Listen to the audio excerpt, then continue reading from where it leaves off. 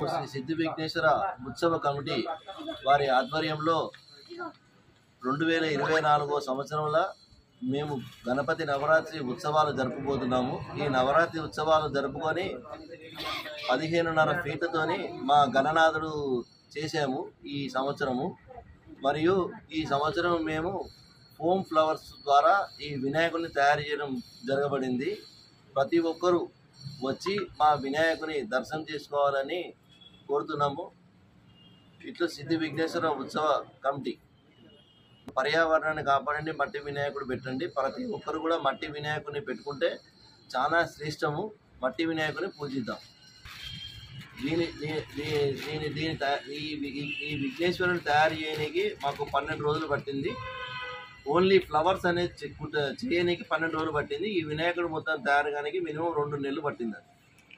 దీనికి మినిమం 10 మంది కలిపి చేశారండి। మా ఉత్సవ కమిటీ టీము వారి ప్రోత్సాహంతో మరియు మాకు ఎవరైతే కారాగారి వస్తున్నారో ఒరిస్సా నుంచి వాళ్ళు ఒక 10 మంది కలిపి ఈ వినాయకుడిని తయారు చేశారు। మీ పేరు? నా పేరు దయాసాగర్। విగ్రహాన్ని 40 సంవత్సరాల నుంచి మేము ఒక్కొక్క వెరైటీలో వేస్తున్నాము। ఈసారి పోక పక్కలతోటి 1 మంత్ నుంచి చేస్తున్నాము। ఎటువంటి కలర్ లేకుండా న్యాచురల్గా పర్యావరణానికి ఎటువంటి హాని లేకుండా న్యాచురల్ తయారు చేస్తున్నాము। 9,000 రూపాయలు పోక పక్కలు అయినాయి। 2 రోజుల నుంచి చాలా మంది కష్టపడి చేస్తున్నాము। ఈ వరంగల్ నగరంలో ఒక వెరైటీగా ఉండడం కొరకు ప్రతి సంవత్సరం ఒక వెరైటీగా ఈ సంవత్సరం పోక పక్కలతో చేయాలి। రామన్నపేటలో మా కమిటీ సభ్యులు మరి ఇతరులు అందరం కలిసి అందరి సహకారంతో మేము ఇది తయారు చేస్తాం। మీ పేరు? శ్రీనివాసరావు, నా పేరు శ్రీనివాస్। జై గణేష। మాది ఇక్కడ ఏకశిల యూత్ గజానన మండలి రామన్నపేట వరంగల్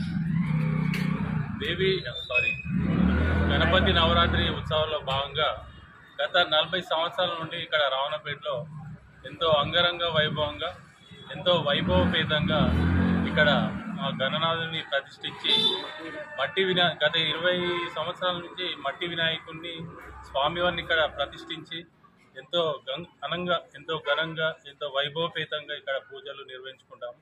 ప్రతిసారి ఇక్కడ ఒక కొత్త తరహాలో నూతనంగా ఒక వెరైటీగా ఇక్కడ వినాయకుడిని మనం ప్రతిష్ఠిస్తాము। ప్రజలు కూడా ఇక్కడ వరంగల్ జిల్లా వ్యాప్తంగా కూడా జనాలు ఇక్కడికి తరలి వస్తారు। వేల మంది ఇక్కడికి వచ్చి స్వామివారిని దర్శనం చేసుకుంటారు। ఇంకా పోతే ఇక్కడ ప్రతిసారి వెరైటీగా చేయడం, ప్రసాదాలు, అన్నదానాలు ఇవన్నీ జరగడం ఎంతో వైభవపేతంగా అంగరంగ వైభవంగా చేయడం జరుగుతుంది।